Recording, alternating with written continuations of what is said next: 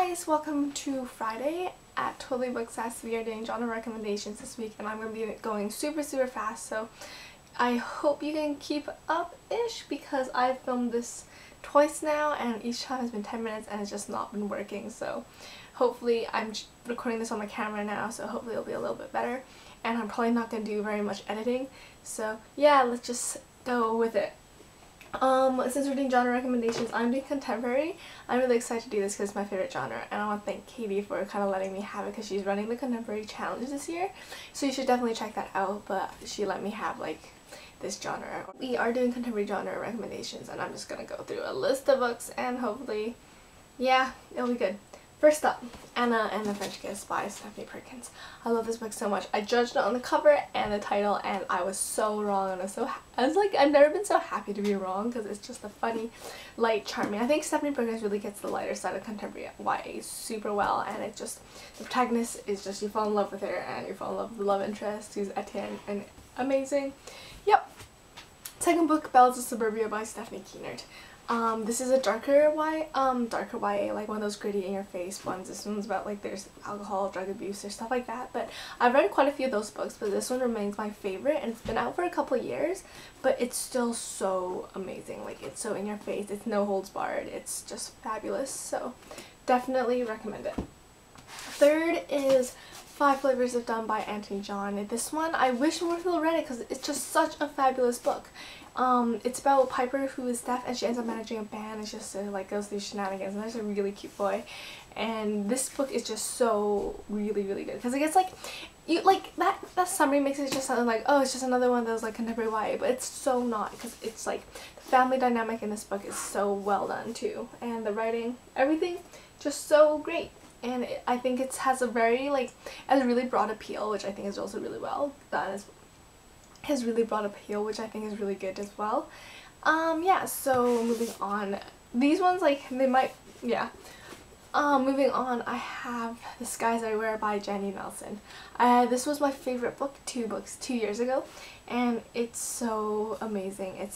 The grief in this book is so well done, and there's poetry, and there's a boy, and it's so Lenny, after her sister's death, and she needs to move on. It's just so sad, and you'll definitely need tissues because I just love it because it's just a gorgeous book. I'm sticking in this video clip at the very beginning because I realized I forgot to mention books that I didn't actually own, because there are 3 books I want to recommend that I don't actually own. First one, Speak by Laurie Halse Anderson. It's won a lot of prizes and it is one of the very first YA books that I read, and it's so amazing.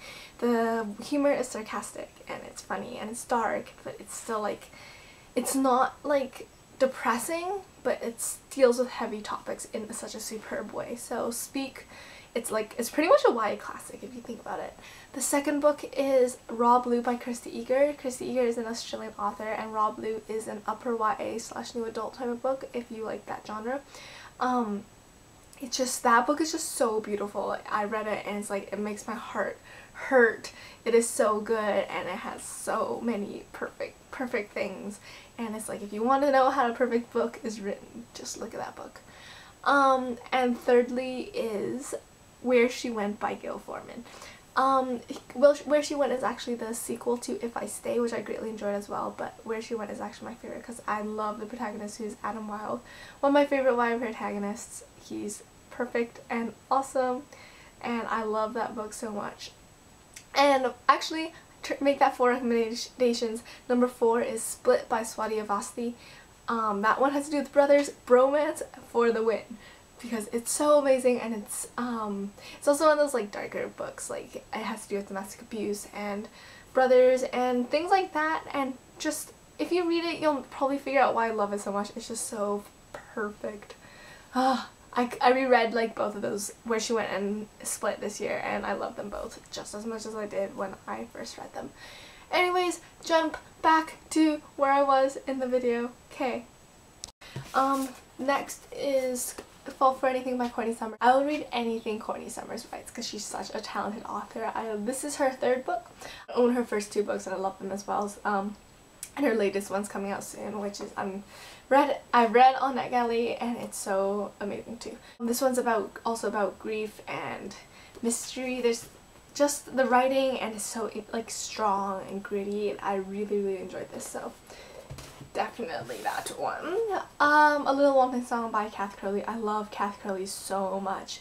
This book was tied for my favorite book of last year. It's slow, it's quiet, it's just so gorgeous. The writing is to die for, and the characters just like, they come out of the page, they don't like jump at you, but they just grow on you, and as you're reading it, I was just like blown away by how much I was enjoying it, and it's so beautiful. So gorgeous books. Kath Curley also wrote Graffiti Moon, which came out early this year, and I love that book as well. And I know a lot of people did, and it got a bit more hype than this one, but this one was my favorite out of her books, and I love her writing. Like, I can't say that enough. I love her books.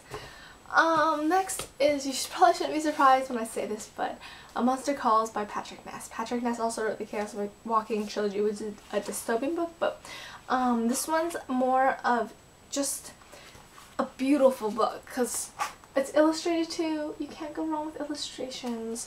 Seriously guys, read this book. It's about, okay, and you might, if you've read like the books I recommended, you notice that I'm a grief junkie.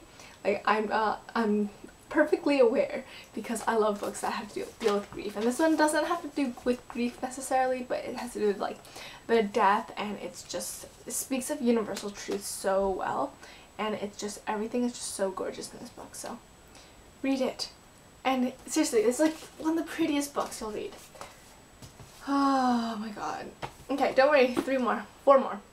Almost done. The Fault in Our Stars by John Green. Katie, Thursday. You should have read this like yesterday. Get on it. This book, I swear, just like won at life, because it was what, New York Times bestseller #1 for like so many weeks. I think it's still on there. It's starred reviews like everywhere. Everyone loved it. And that included me, because that's because I just really enjoyed it. Their characters are extremely smart, and I feel like for some reason like people fault him for writing smart characters. Like, well, you can always read more Twilight, but anyways, The Fault in Our Stars, I love the writing, I love the characters so much. I liked how witty and profound and just clever in general it was, but it was really sad and only tissues. So good. One of my favorite reads this year. Still stand. Next is a Sarah Dessen book. She's written 10 books. I have read every single one of them. I've enjoyed them all. This one's my favorite, but I know a lot of people would recommend The Truth About Forever along with Just Listen. But Along for the Ride, it's my personal favorite. It's a summer book, so if you have summer break, this one would be perfect. I love the story, I love the characters, and I feel like this one just speaks to me a little bit more than the others, so I really enjoyed it. And last but not least, my absolute favorite YA author who writes my absolute favorite YA book, Jellicoe Road by Melina Marchetta. If you know me at all, you would not even be like the tiniest bit surprised that I'm saying this, and you should just be surprised that I left this to last. So if you've watched my entire video, you get to watch me squee about this book, because this book is so good.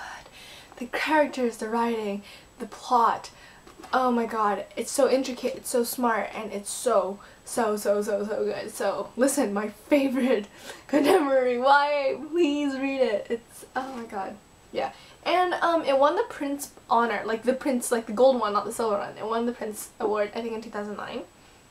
So it's not just me who thinks it's good. And of course, I'll recommend Melina Marchetta's other books. She also wrote Saving Francesca, which is the prequel to The Piper's Son, which is the sequel. And this one is about Tom Mackey, and he remains one of my favorite YA protagonists. So yeah, this book is fantastic, and look at the cover as well. Yep, I hope you watched the whole thing, because I recommend a lot of books, and I don't know how this framing is working, so maybe there's a huge stack of books right here. There probably is. I don't usually film on this camera. We'll see.